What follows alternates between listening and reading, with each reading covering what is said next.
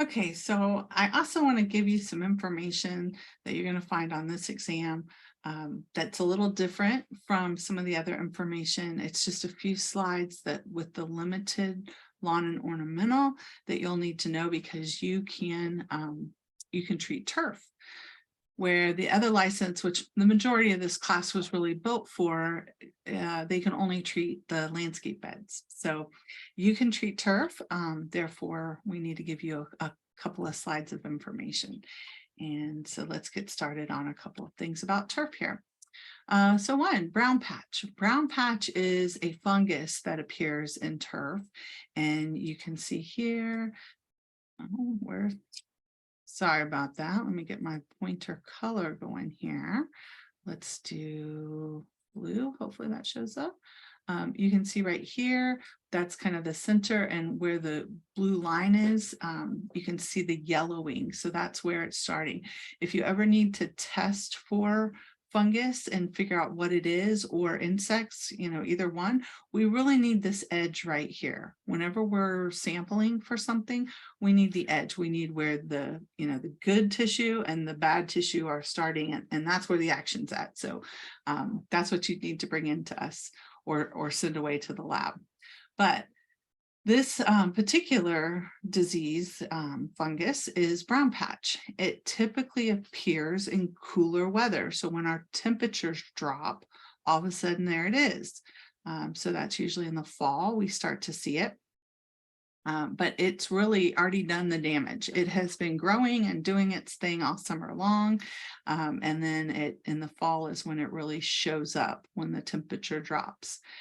So you'll need to note those areas of where it's at, and then, hit them hard with the fungicide in the springtime, because that's when it's going to kick back in again.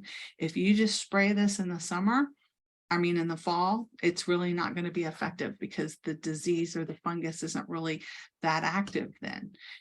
It's already done its thing. So you'll want to hit it in the spring pretty good. And you may even need to do some turf replacement. But if so, you'll still want to hit those areas because that fungus is still going to be present there. This is really a result of over-fertilization typically. It's usually from too much nitrogen. That's what causes this brown patch. So too much nitrogen, fertilizer, too much water always can cause problems. So we want to really manage those things in the landscape.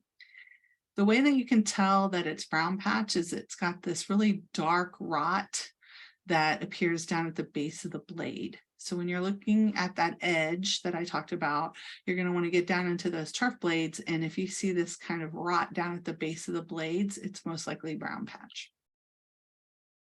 Another turf issue that we deal with a lot out in the landscape are chinch bugs. So these little insects are piercing, sucking mouth parts, which we've talked about earlier, and they will show up in dry, hot areas. They will be found in unshaded areas, keynote to remember for the test, but they like it in the hot, dry places in the landscape. So again, you've got your nice green turf on the outer edge. You've got your dead patch in the middle. You need to get in that edge, that kind of yellowing edge. And that's where you're going to find these little guys. You have to really get down there. I use a little hand lens when I go out to look for them.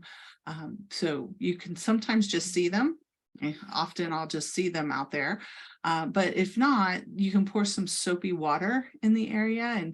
And some people use a coffee can that's got both ends open. So it's just a cylinder. They put it in the ground on that edge, pour some soapy water in and see what bubbles up.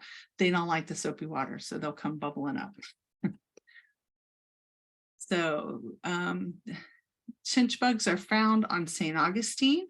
They can be resistant to pesticides. That was a real problem that we had. We only really had one thing that everybody was using on them, and they became resistant to it. And we had a real problem with chinch bugs, about 15 years ago.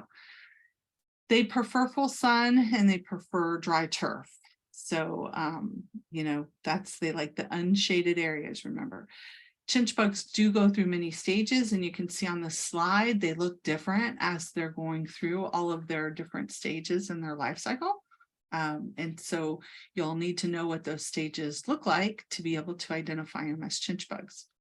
The one thing that's not on here is the big-eyed bug, but I believe it's in the insect module that we went over the big-eyed bugs. So big-eyed bugs look very much like chinch bugs.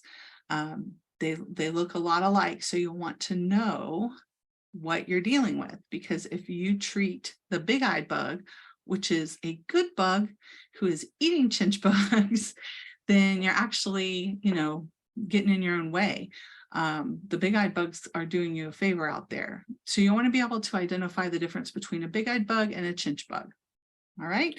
And with that, that's all we need to really focus on turf issues for this exam.